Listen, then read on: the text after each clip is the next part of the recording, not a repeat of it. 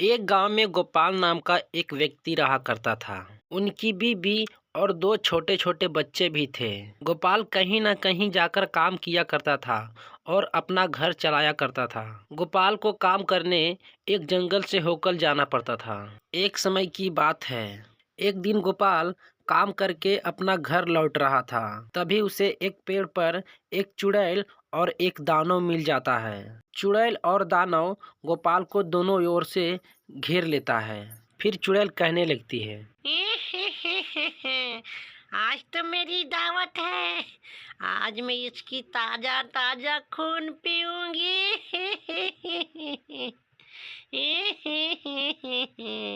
फिर दानव बोलते हैं,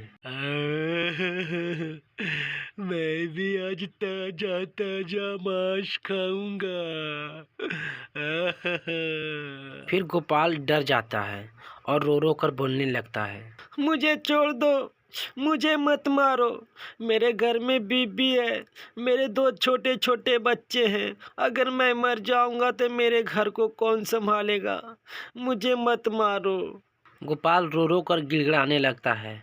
फिर भी चुड़ैल और दानव नहीं मानते हैं। तभी गोपाल बोलता है, ठीक है, आप लोग मुझे मारना चाहते हैं तो मुझे कोई दिक्कत नहीं है, पर मेरी एक अंतिम इच्छा पूरी कर दो।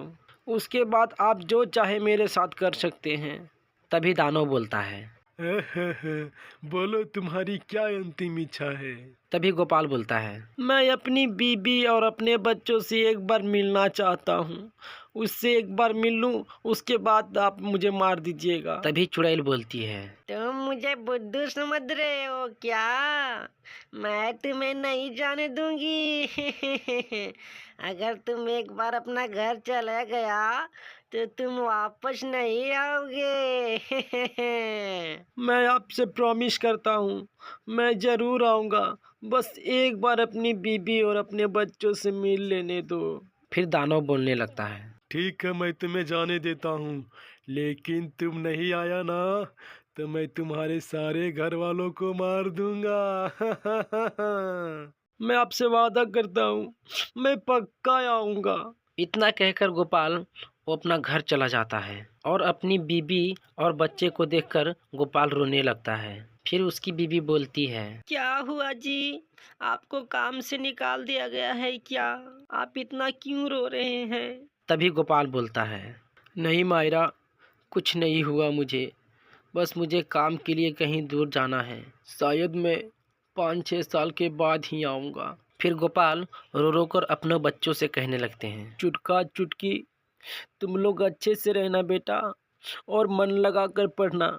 तुम दोनों भाई बहन कभी भी मत लड़ना और मम्मी के साथ ही रहना बेटा। मैं कहीं जा रहा हूँ बेटा, तुम्हारे लिए चॉकलेट और बिस्कुट लेकर आऊँगा मैं। इतना कहकर गोपाल रोता हुआ वहाँ से चला जाता है। फिर गोपाल रोता हुआ वही पेड़ पर आ जाता है जहाँ पर दानव और चुड़ैल रहती है। गोपाल को आता हुआ देख चुड़ैल और दानव का आंख फट जाती है। जब गोपाल उसके पास से आता है तो उससे कहता है, चुड़ैल जी और दानव जी, अब आप मुझे मारकर खा लीजिए, मेरी अंतिम इच्छा पूरी हो गई है। तभी दानव बोलता है, मुझे माफ़ करना गोपाल, मैं तुम्हें नहीं मार सकता हूँ, क्योंकि तुम्हारे जैसा ईमानदार और दिलदार व्यक्ति मैंने आज तक नहीं देखा है। फिर चुड़ैल बोलती है, हाँ गोपाल, मैं भी तुम्हें नहीं मार सकती हूँ, क्योंकि तुम्हारे जैसा ईमानदार लोग इस दुनिया में बहुत कम है।